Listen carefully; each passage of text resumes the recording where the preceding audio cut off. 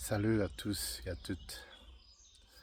Moi, je viens vers vous par rapport à ce que je fais en ce moment parce que il y a beaucoup des amis français qui me demandent tous ces vidéos que je fais en ce moment en brésilien dans ma langue mère. En fait, ce que je fais, c'est que je partage des connaissances.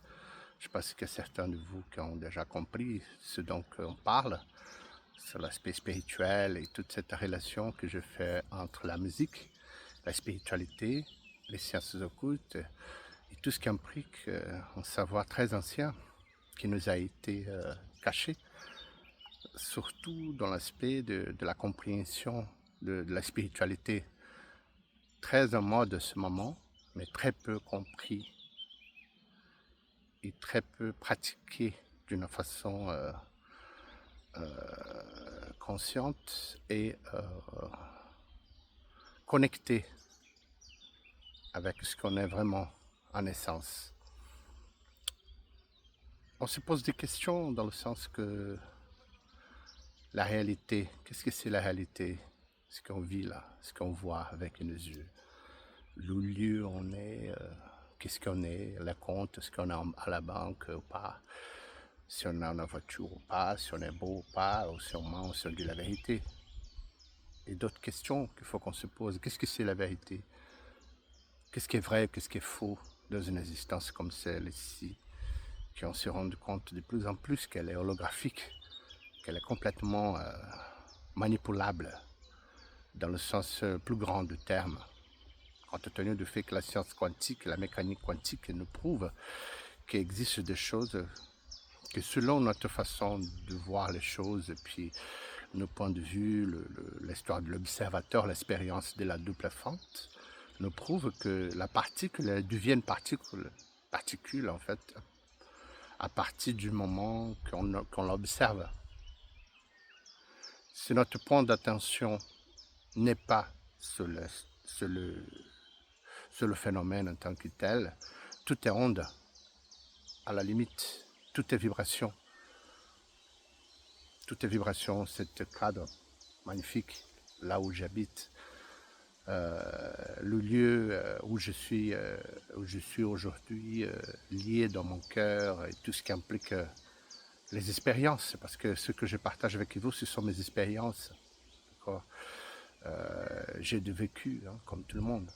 Mais ce vécu-là, comment je le gère et comment je fais en sorte de comprendre ce qui m'arrive, ce qui m'est arrivé, ce qui va m'arriver encore, parce qu'on n'est pas à l'abri des, des situations difficiles, hein. Mais en même temps, derrière tout ça, il y a un arc-en-ciel magnifique, il y a toujours des choses qui t'attendent. Vous pouvez remarquer, hein, après des situations hyper compliquées, hyper difficiles, il y a toujours un bonheur, quelque chose qui nous annonce qu'après ça, après la tempête, il y a la bonne aventure, il y a la bonne onde, il y a l'abondance et la prospérité. Comment on peut voir tout ça dans un moment difficile? Oui, je comprends, c'est très difficile, mais c'est tout à fait faisable et praticable dans le sens qu'il va falloir déprogrammer certaines choses, de faire certaines choses dans nos esprits. Et c'est ça que je propose dans ma méthode, tout ça. C'est une méthode thérapeutique, mais aussi initiatique, qui permet, pas le biais de la musique, c'est-à-dire pas dans le sens de musicien qui joue et qui fait des belles musiques, musique, thérapie, tout ça. Non, c'est quelque chose dans l'ordre intellectuel, très profonde, qui va toucher l'alchimie des mathématiques musicales. Qu'est-ce qui implique une note quand elle sonne dans certaines octaves et certaines tonalités? La relation de cette même note quand elle sonne ensemble en mi ou en mi bémol, quand l'accord sonne plutôt soleil ou plutôt lunaire. Pourquoi que certaines mélodies nous touchent plus que d'autres? Pourquoi que certaines tonalités nous font vibrer, d'autres moins? Pourquoi qu'il y a des sonorités qui ne sont pas du tout belles et d'autres sont magnifiques.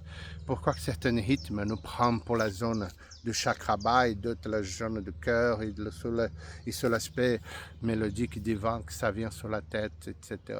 L'histoire de la Kundalini, tout ce qui implique les énergies vitales qui sont reliées aux 7 chakras.